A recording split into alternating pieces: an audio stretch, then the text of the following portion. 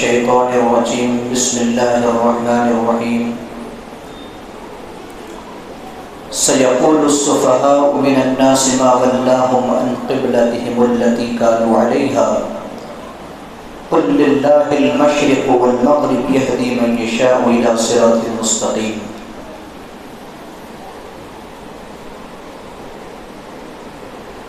آج کی نماز تراویح میں اللہ کے فضل و کرم سے اور اللہ کی توفیق سے دوسرا پارہ مکمل پڑھا گیا۔ بہت سی نصیحتیں ہیں۔ تحویل قبلہ یعنی قبلہ کو بدلنے کا واقعہ بھی اللہ رب العالمین نے اسی سورہ کے اندر بیان فرمایا۔ نبی صلی اللہ علیہ وسلم جب مکہ سے مدینہ ہجرت کر کے تشریف لے گئے اور صحابہ اکرام بھی، تو تقریباً 16 سے 17 مہینے یعنی کچھ کم 1.5 سال نبی صلی اللہ علیہ وسلم اور صحابہ اکرام فلسطین میں جو مسجد اقصیٰ ہے، جس کو ہم قبلہ اول کہتے ہیں، اس کی طرف چہرہ کر کے نماز پڑھتے تھے۔ لیکن نبی صلی اللہ علیہ وسلم کی یہ دلی خواہش تھی کہ ہمارا قبلہ مسجد حرام ہو، کعبۃ اللہ۔ اللہ نے اس چیز کو بیان کیا کہ وَقَدْ نَرَى تَقَلُّبَ وَجْهِكَ فِي السَّمَاءِ۔ اللہ کہتا ہے کہ ہم دیکھتے ہیں اے نبی صلی اللہ علیہ وسلم کہ آپ اپنے چہرے کو آسمان کی طرف اٹھاتے ہیں، اور زبان سے نہیں کہہ رہے کہ اے اللہ، دعا نہیں کر رہے کہ اے اللہ قبلہ ہمارا مسجد حرام ہو،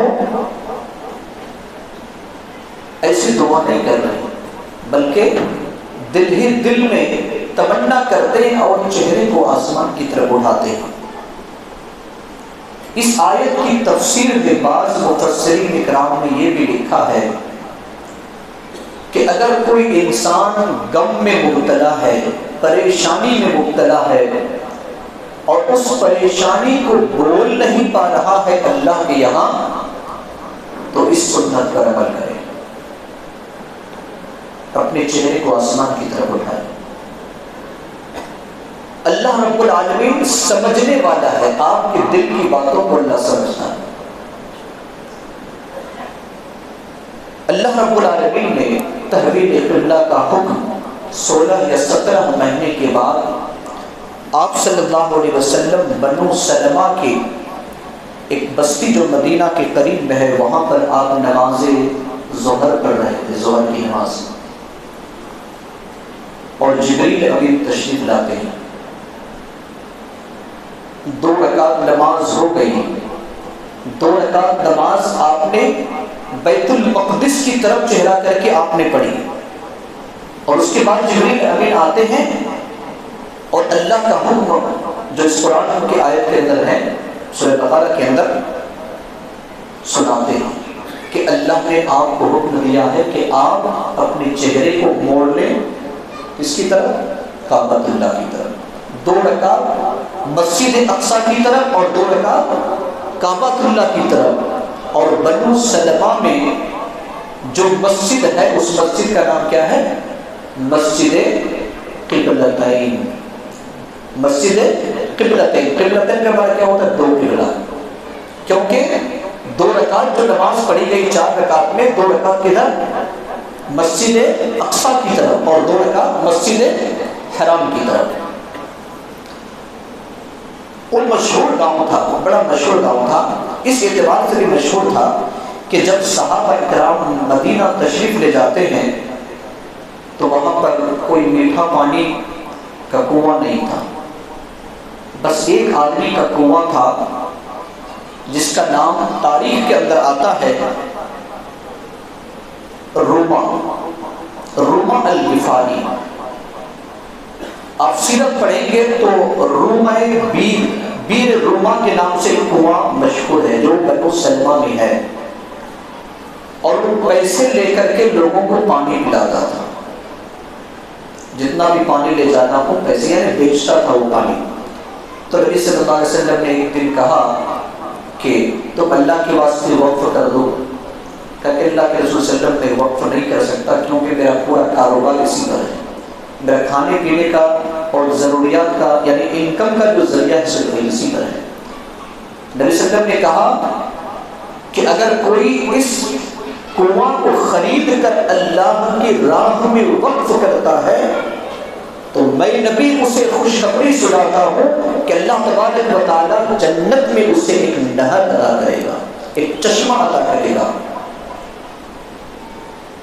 داماد رسول ذوالنورین سیدنا عثمان غنی رضی اللہ عنہ کھڑے ہوتے ہیں اور کہتے ہیں کہ اللہ کے رسول صلی اللہ علیہ وسلم اگر میں خرید کر یہ کنواں وقف کر دوں تو کیا اللہ تبارک و تعالیٰ مجھے جنت میں چشمہ عطا کرے گا؟ نبی صلی اللہ علیہ وسلم نے کہا ہاں چشمہ عطا کرے گا۔ پھر روما سے پوچھتے ہیں عثمان غنی رضی اللہ عنہ اس کی قیمت کیا ہے؟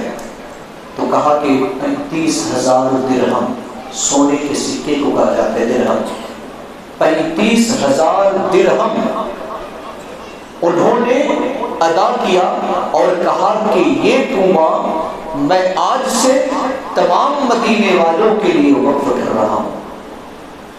بڑی قربانی سیدنا عثمان رضی اللہ عنہ کی ہے، اور یہی وجہ ہے کہ جب سیدنا عثمان رضی اللہ عنہ کو باغیوں نے گھیر لیا تھا چاروں طرف سے قتل کرنے کے لیے، تو ایک دن حضرت عثمان رضی اللہ عنہ اپنے گھر کی چھت پر اٹھتے ہیں اور کہتے ہیں خطاب کرتے ہوئے کہ لوگوں جس کنواں کے پانی پینے سے مجھے آج روک رہے ہو یہ وہی کنواں تھا جس کو میں نے 35,000 درہم میں خرید کر وقف کیا تھا، لیکن آج تم نے مجھے اس کنویں کے پانی پینے سے روک رہے ہو۔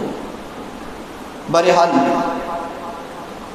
اللہ رب العالمین نے اسی بستی کا واقعہ، تحویل قبلہ کا واقعہ اس سورہ کے اندر اللہ رب العالمین نے بیان فرمایا ہے۔ ایک نصیحت اللہ رب العالمین نے جو کی ہے وہ یہ کہ ہماری زندگی کو اللہ رب العالمین نے بطور آزمائش پیدا کیا ہے۔ اللہ رب العالمین نے کہا وَلَنَبْلُوَنَّكُمْ بِشَيْءٍ مِّنَ الْخَوْفِ وَالْجُوعِ وَنَقْصٍ مِّنَ الْأَمْوَالِ وَالْأَنفُسِ وَالثَّمَرَاتِ وَبَشِّرِ الصَّابِرِينَ، ہم ضرور تمہیں آزمائیں گے، کبھی خوف ہوگا اور کبھی بھوک ہوگی، کبھی مال اور جان اور پھلوں میں کمی ہوگی، مال میں بھی پھلوں میں بھی پھل میں بھی۔ آج ہمارے بہت سارے بھائی ایسے ہوتے ہیں جو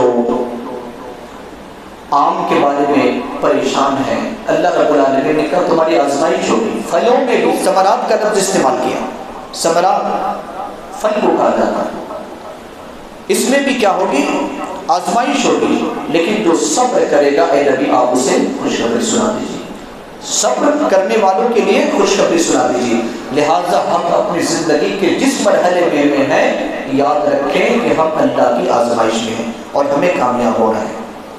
اسی طریقے سے اللہ رب العالمین نے ہمیں اور آپ کو حلال اور طیب پاک چیز کو کھانے کا حکم دیا ہے کہ حرام پر کھاؤ اور خبیث اور بدترین چیز مت کھایا کرو۔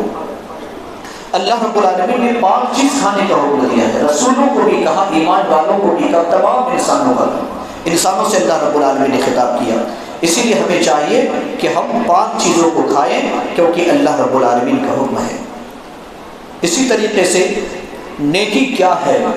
اللہ رب العالمین نے بتایا کہ نیکی یہ ہے کہ جو اللہ پر ایمان رکھے، قیامت کے دن پر ایمان رکھے، فرشتوں پر، کتابوں پر، نبیوں پر ایمان رکھے اور اپنے مال کو اس مال کی محبت کے باوجود قرابت داروں، یتیموں، مسکینوں اور مسافروں اور سوال کرنے والوں اور جو غلام ہیں ان کو آزاد کرنے میں خرچ کرے، نماز قائم کرے، زکوٰۃ ادا کرے، عہد کو پورا کرے اور خوشی میں اور تکلیف میں اللہ رب العالمین کو نہ بھولے بلکہ اللہ رب العالمین کے سامنے صبر کا مظاہرہ کرے۔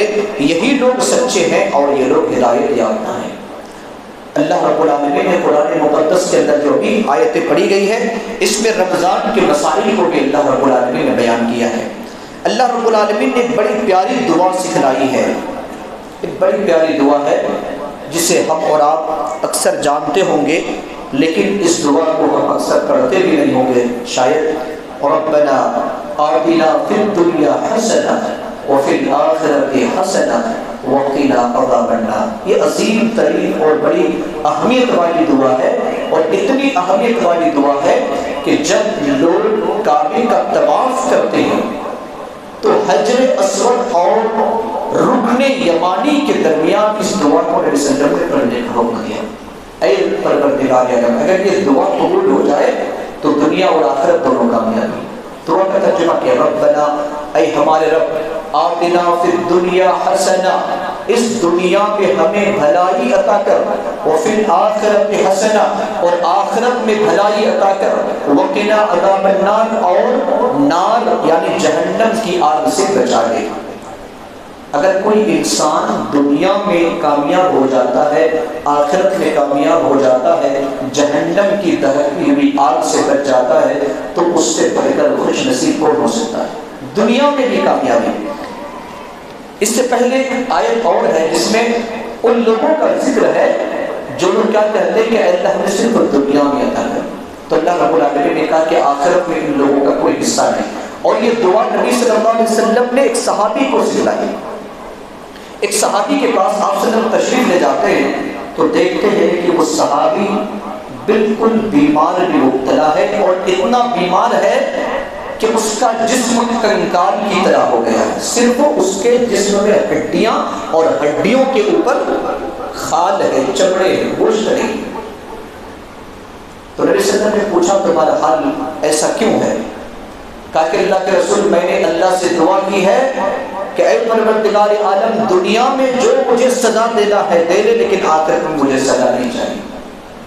تو اللہ کے رسول صلی اللہ علیہ وسلم نے یہ دعا سکھلائی کہ ایسی دعا مت کرو کہ اللہ تو دنیا میں مجھے سزا دے، آخرت میں سزا نہیں چاہیے، بلکہ دعا یہ کہو اللہم آتنا، حدیث کے اندر جو ہے، قرآن کے اندر تو ربنا کا لفظ ہے، حدیث کے اندر ہے اللہم آتنا فی الدنیا حسنہ وفی الآخرۃ حسنہ وقنا عذاب النار۔ تو اس دعا کو آپ جانتے ہیں، بڑے بہت ہی مشہور ترین دعا ہے اور اہم دعا ہے، اس کو آپ بار بار پڑھیں، کیونکہ یہ ایک ایسی دعا ہے اگر اللہ قبول کر لے تو دنیا اور آخرت میں انسان کامیاب ہو جائے گا۔ اللہ رب العالمین ہم تمام لوگوں کو کتاب و سنت پر عمل کرنے کی توفیق عطا فرمائے، آمین۔ وآخر دعوانا الحمد للہ رب العالمین۔